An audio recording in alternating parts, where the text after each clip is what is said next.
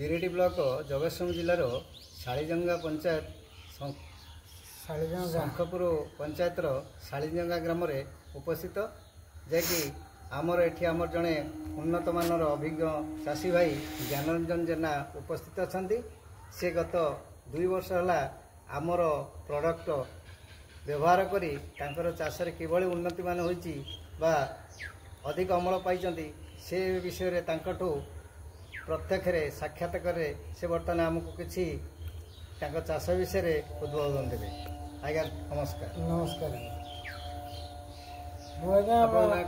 ମୋ ନାଁ ଜ୍ଞାନରଞ୍ଜନ ଜେନା, ଘର ଶାଳିଜଙ୍ଗା, ଶଙ୍ଖପୁର ପଞ୍ଚାୟତ, ବିରିଡି ବ୍ଲକ, ଜିଲ୍ଲା ଜଗତସିଂହପୁର। ତ ମୁଁ ଆଗରୁ ଯିଏ ଯାହା କହୁଥିଲା ପକାଉଥିଲି। ଗତ ବର୍ଷ ଠାରୁ କରମଣ୍ଡଳ କମ୍ପାନୀର ଆମର ଗୋଦାବରୀ ଗୋଲ୍ଡ, ତାପରେ ଗ୍ରୋମର, ନବଜିନ୍, ସଲ୍ଫାମାକ୍ସ ଏଗୁলো ସବୁ ୟୁଜ୍ କଲା ପରେ ପୂର୍ବରୁ ମୁଁ ଏକର ପିଛା 17ରୁ 18 କୁଇଣ୍ଟାଲ ପାଉଥିଲି ଧାନ। ଆକୁ ୟୁଜ୍ କଲା ପରେ ଗତ ବର୍ଷ ଯେତିକି ପାଇଲି ପାଖାପାଖି 28 କୁଇଣ୍ଟାଲ ପର ଏକର ମୁଁ ଧାନ ଅମଳ କରିଛି। ଏ ବର୍ଷ ବି ଆହୁରି ତାଠାରୁ ଆହୁରି ବଢ଼ିଆ ହେଇଛି। ତ ମୁଁ ଆଶା କରୁଛି ପାଖାପାଖି 30 କୁଇଣ୍ଟାଲ ଏ ବର୍ଷ ଲାଗିବ ଏକରକୁ, କି ସେତିକି ହେଇପାରେ, କିନ୍ତୁ ଗତ ବର୍ଷ ଯାହା ହେଇଥିଲା ତା ତୁଳନାରେ ଭଲ ହେଇଛି। ତ ମୋର ଚାଷୀ ଭାଇମାନଙ୍କୁ ମେସେଜ ଏଇଆ ଯେ ଯାହା ଯାହା କୁହାହେଉଛି ସେଇ ଅନୁସାରେ କାମ କର, ନିଶ୍ଚୟ ରେଜଲ୍ଟ ଅଛି। ତ ବେଶୀ ନକରି ନାହିଁ, 5 ଗୁଣ୍ଠ 10 ଗୁଣ୍ଠ ଟ୍ରାଏଲରେ ବି କର, ତାପରେ ରେଜଲ୍ଟ ଦେଖ, ଆଗକୁ ବ୍ୟବହାର କର।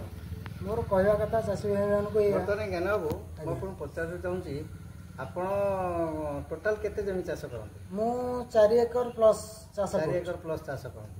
ଏଇ 4 ଏକର ପ୍ଲସ୍ ଧାନ ବିଲରେ ଯେଉଁ ପ୍ରଥମ ବର୍ଷ ଗତ ବର୍ଷ ଆମର ଚାଷ ଆରମ୍ଭ କଲେ ଆମ ଡାଇରେକ୍ଟ କେତେ ଜମି କରିଥିଲେ?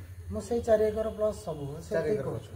4 ଏକରେ ଆପଣ ଯେଉଁ ସାର ଦେଲେ, ମାନେ ଗ୍ରୋମର ଦେଲେ କହୁଛନ୍ତି, ତା ସହିତ ପଟାସ ଦେଲେ, ତା ସହିତ ଆପଣ ଗ୍ରୋମର ସଲ୍ଫାମାକ୍ସ, ନଭଜିନ୍, ପଲିବର ଆଉ ଗୋଦାବରୀ ଗୋଲ୍ଡ, ଏସବୁ ଜିନିଷ ଭିତରେ ଆପଣ କେଉଁ ପ୍ରଣାଳୀ କେମିତି ଦେଲେ? ମାନେ କାଦୁଅରେ ଫାଷ୍ଟ କ'ଣ ଦେଲେ? ମୁଁ ଗତ ବର୍ଷ ଗୋଦାବରୀ ଗୋଲ୍ଡ ଖରା ଚାଷ ଦେହରେ ଦେଇଦେଇଥିଲି। ଆଜ୍ଞା।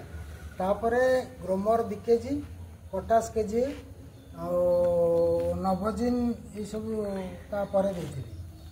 ସେକେଣ୍ଡ ଡୋଜ୍ ସାରରେ ୟୁରିଆ ସହିତ ମାନେ ସଲ୍ଫାମାକ୍ସଟା ବି ଆଗ ଦିଆହେଇଥିଲା। ମାନେ ସଲ୍ଫାମାକ୍ସ, ଗୋଦାବରୀ ଗୋଲ୍ଡ, ଗ୍ରୋମର ଫାଷ୍ଟ କାଦୁଅ ଦିଆହେଇଥିଲା। ତାପରେ ଆପଣ ଯେତେବେଳେ ସେକେଣ୍ଡ ଡୋଜ୍ ପିଲ ସାର ଯାଉଥିଲେ, ସେ ପିଲ ସାର ସହିତ ଆପଣ ନଭଜିନ୍, ଫଲିବର ବ୍ୟବହାର କଲେ। ଆଉ ତାପରେ ସ୍ପ୍ରେ କଲେ କ'ଣ? ସ୍ପ୍ରେ କଲି ନାନୋ ଡିଏପି। ନାନୋ ମାନେ କ'ଣ? ଏଇ ଯେଉଁ Gromor nano DAP? Gromor nano ତ? ଆଜ୍ଞା ଆଜ୍ଞା ଆଜ୍ଞା ଆଜ୍ଞା।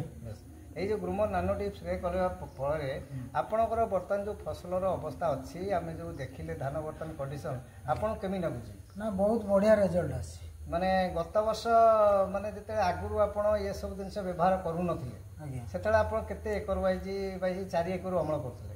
4 ଏକରୁ ସେଇ 75 କୁଇଣ୍ଟାଲ ଭଳିଆ ଅମଳ ହେଉଥିଲା।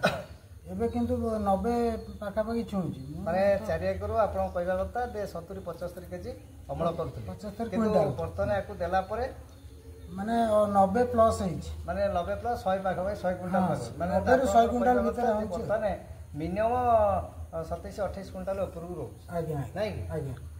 ତେଣୁକରି ଆପଣ ଏଥିରେ ସାଟିସ୍ଫାଏ? ଆଜ୍ଞା।